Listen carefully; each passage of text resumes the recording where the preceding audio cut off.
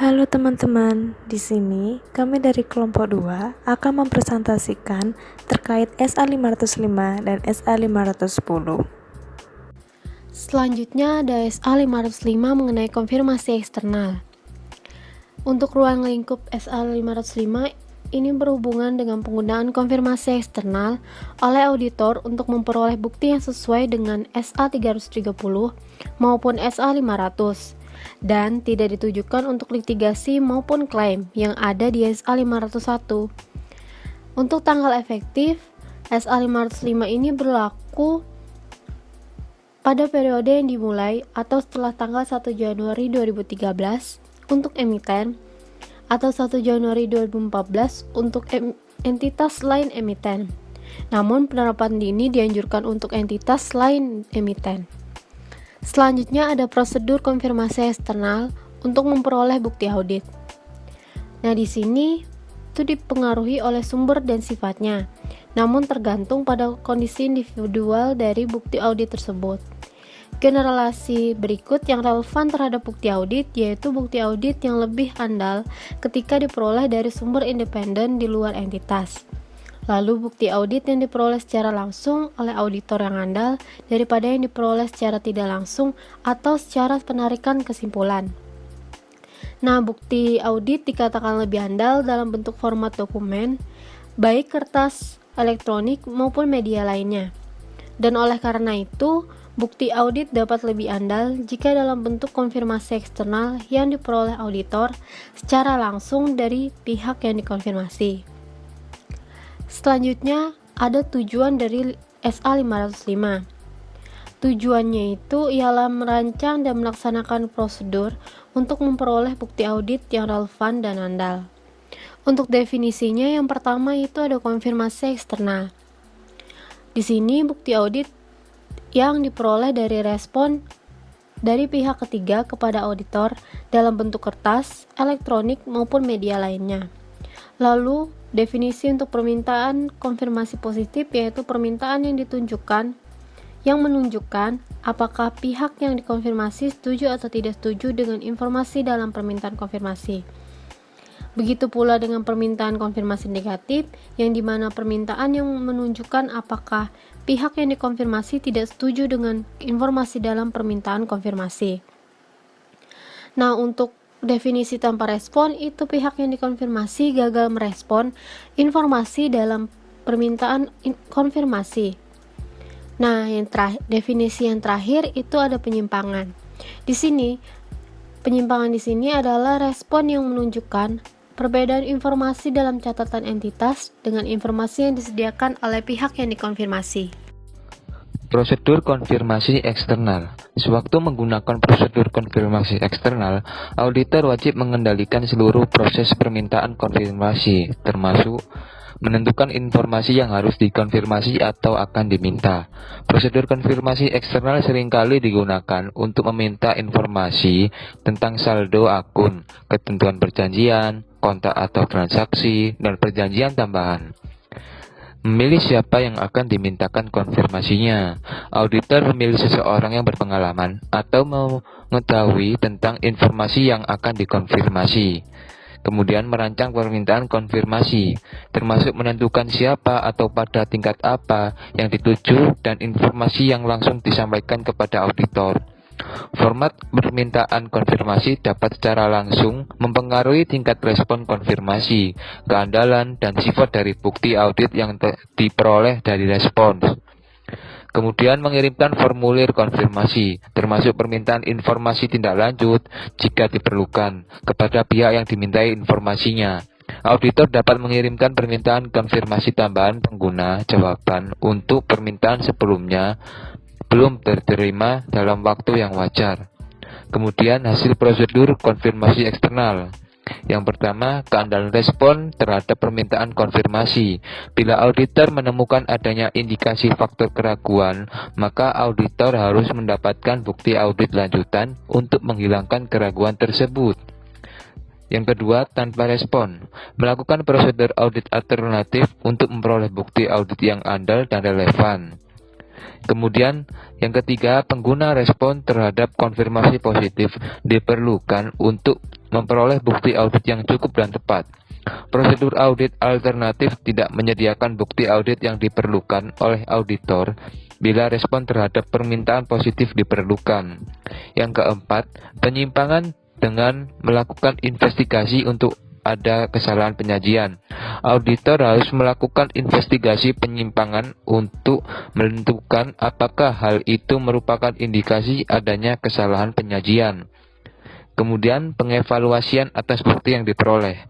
Auditor wajib mengevaluasi apakah hasil dari prosedur konfirmasi eksternal memberikan bukti audit yang relevan dan andal, atau apakah bukti audit tambahan diperlukan.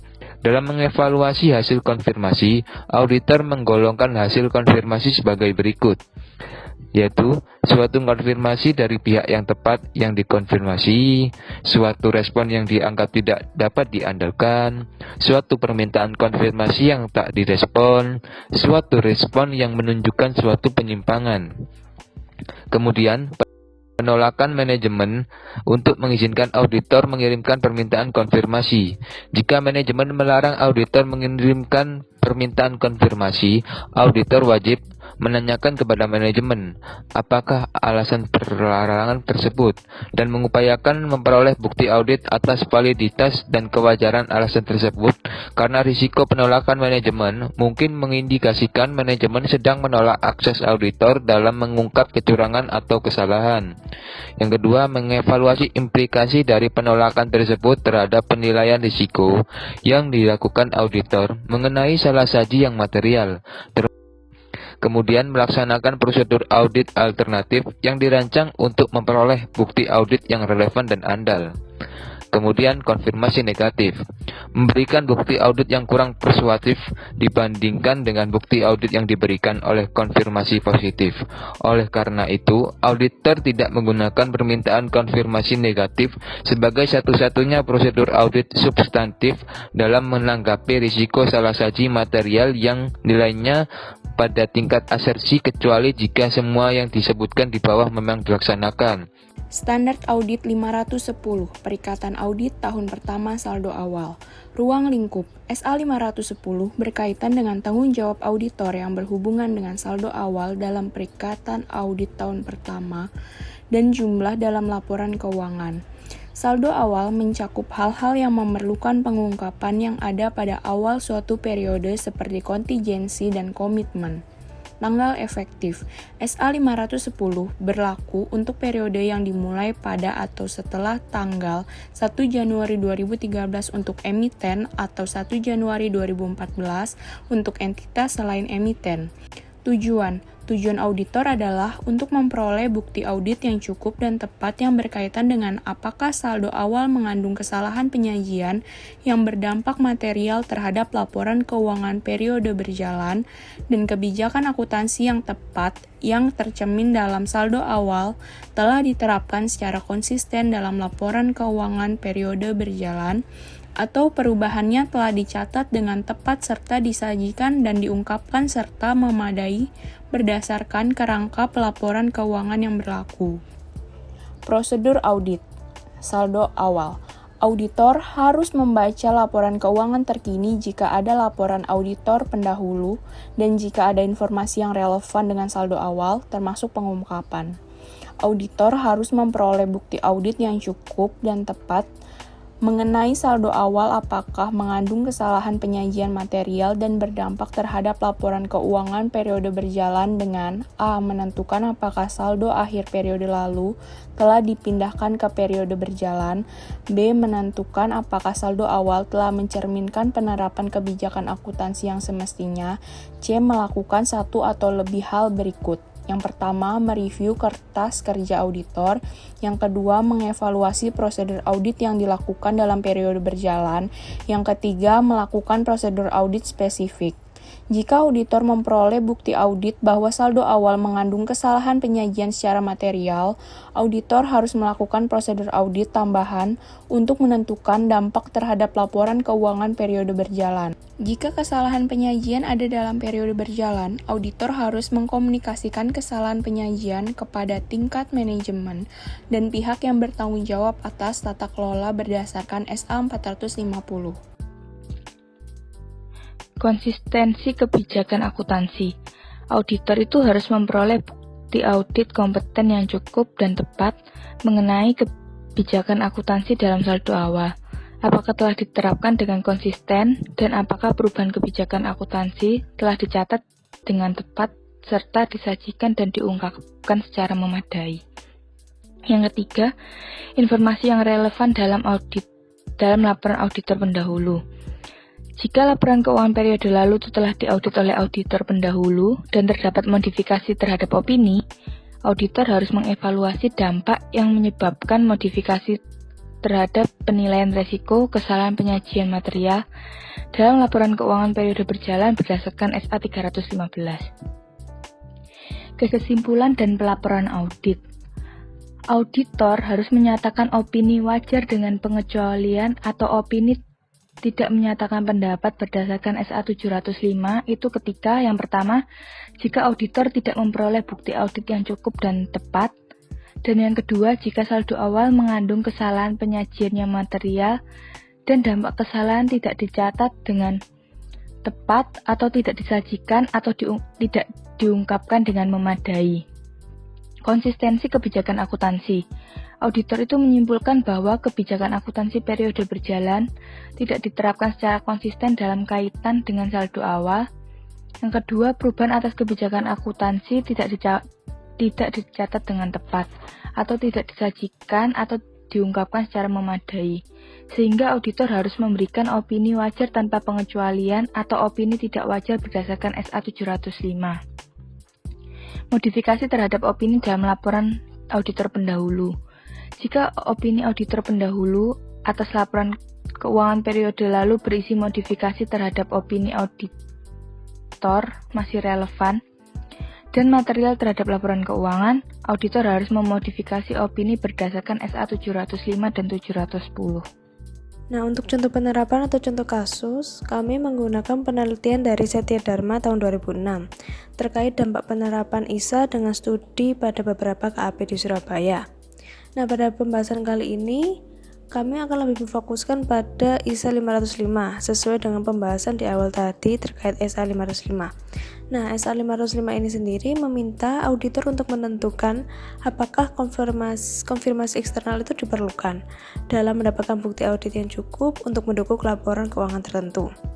Nah, selanjutnya adalah gambaran objek penelitian KPX. KPX ini merupakan salah satu KAP Big Ten. Nah, KAPX ini memiliki 4 klien di tahun 2005 dan dengan nama yang disamarkan sebagai berikut. PTA, yaitu bergerak di bidang perdagangan dan perakitan genset. PTB, bergerak di perdagangan plastik dan bahan kimia. PTC merupakan yayasan yang bergerak di bidang penitipan abu jenazah dan krematorium. Sedangkan PTD merupakan perusahaan perdagangan baja dan sejenisnya. Nah, di dalam SA 505 ini kan lebih menekankan pada penelitian terhadap karakteristik dalam lingkungan bisnis entitas sebelum melakukan proses konfirmasi eksternal. Untuk pelaksanaan prosedur konfirmasi eksternal atas akun piutang telah dilakukan oleh auditor berdasarkan pengamatan pada kertas kerja pemeriksaan tahun 2005. Nah, terhadap klien untuk PTA, PTB, dan PTD.